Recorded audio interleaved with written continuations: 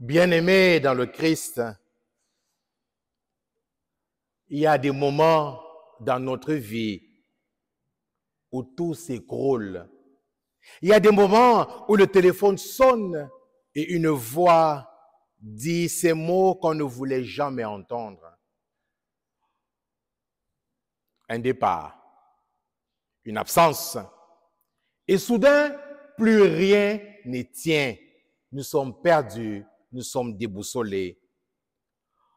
Nous avons beau connaître les prières, nous avons beau connaître les versets bibliques, nous avons beau connaître par cœur des formules d'espérance, le cœur, lui, par contre, est vide. C'est le vide total.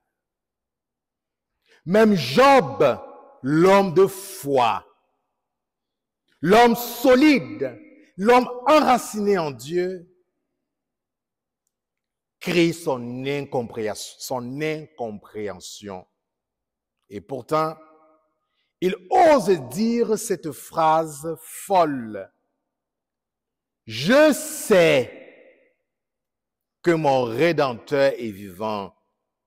Et quand ma peau aura été détruite, de ma chair, je verrai Dieu.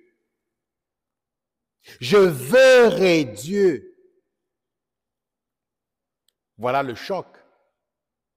Job ne nie pas la douleur. Il n'est pas dans le déni. Il crie dans sa chair. Il crie. Mais il tient. Il tient parce qu'il croit qu'au-delà des larmes, quelqu'un l'attend. Croire, ce n'est pas ne pas souffrir. Croire, c'est refuser que la souffrance est le dernier mot. Quand nous faisons l'expérience douloureuse de la perte d'un être cher, de la séparation, croire ne veut pas dire rester enfermé dans le déni. Croire, c'est dire que la mort qui laisse le vide n'a pas le dernier mot. La désespérance peut abattre une personne, mais l'espérance relève. Oui, bien-aimé dans le Christ, la désespérance abat, elle assomme, elle donne un coup fatal. C'est comme un poison lent. Quand on est désespéré, là, c'est comme un poison lent qu'on a consommé. La désespérance étouffe notre prière, elle vide notre regard, elle fait croire que tout est fini, tout est achevé. Mais l'espérance, elle, par contre, ne nie pas la mort. Elle ne nie pas la mort. Plutôt, elle traverse la mort. Elle ne ferme pas les yeux sur la tombe, mais elle regarde au-delà de la tombe. Paul écrit dans la deuxième lecture dont nous avons entendu la proclamation, « Nous ne voulons pas vous laisser dans l'ignorance sur ceux qui se sont endormis, afin que vous ne soyez pas abattus comme les autres qui n'ont pas d'espérance. » Cela veut dire quoi? Nous qui sommes chrétiens, disciples du Christ, oui, la mort nous rend abattus, mais pas au point d'être totalement à terre, comme celles et ceux qui n'ont pas d'espérance.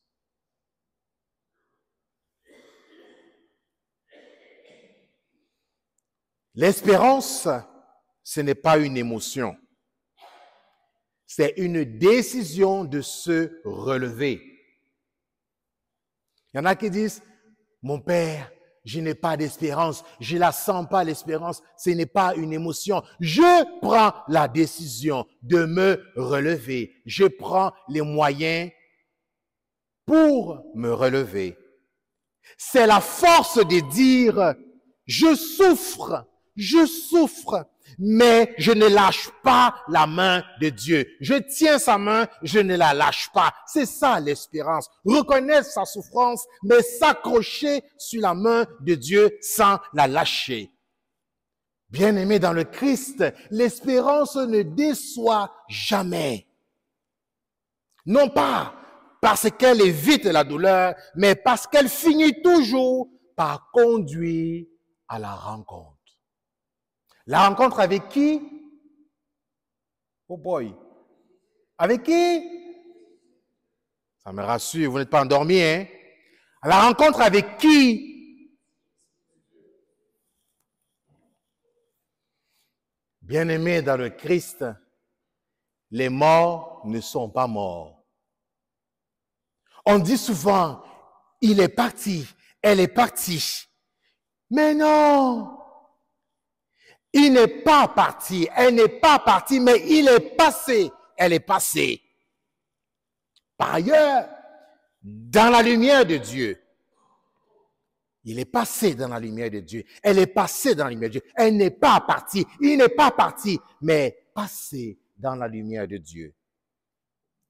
Bien-aimés dans le Christ, la mort n'est pas un mur, c'est une porte, c'est une entrée. Et Jésus dans l'Évangile le dit clairement, je suis le chemin, la vérité et la vie. Personne ne va au Père sans passer par moi, dit Jésus. Jésus ne parle pas d'une théorie. Il ouvre le chemin.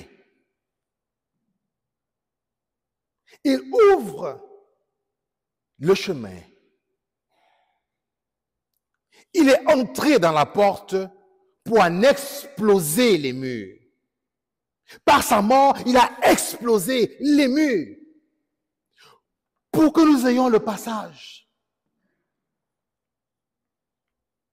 Il n'est pas revenu à la vie d'avant, comme avant sa passion, mais au contraire, il est ressuscité dans une vie que plus rien ne peut briser. Plus rien ne peut briser.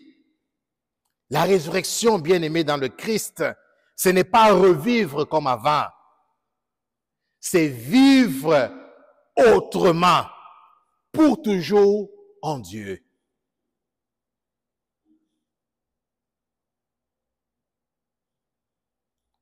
Croire en Jésus, c'est marcher même dans le brouillard.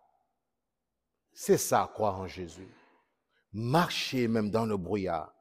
Dans l'Évangile, Jésus le dit, je suis le chemin, la vérité, la vie. Quand tout est clair, je n'ai pas besoin de chemin.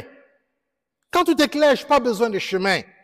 Mais quand tout est flou, quand tout est sombre, quand tout est obscur, quand on ne voit plus rien, il reste un pas, puis un autre, un pas à la suite de l'autre. Croire en Jésus, bien-aimé dans le Christ, ce n'est pas avoir toutes les réponses. Nous sommes souvent dans l'illusion de penser que croire, c'est avoir toutes les réponses. Non! C'est avancer dans la nuit, c'est ça, croire. C'est avancer dans la nuit à tâtons.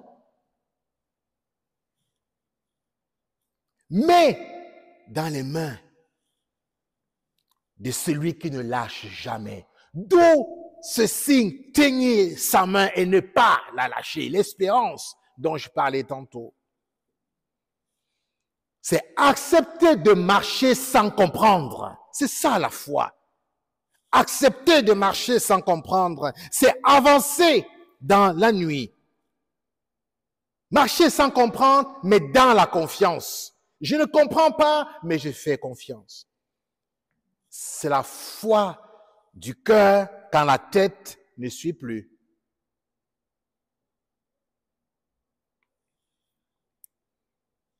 Quand tu ne vois plus Dieu, Dieu continue à avancer. C'est lui qui te voit. Quand j'ai l'impression que je ne vois plus Dieu, avant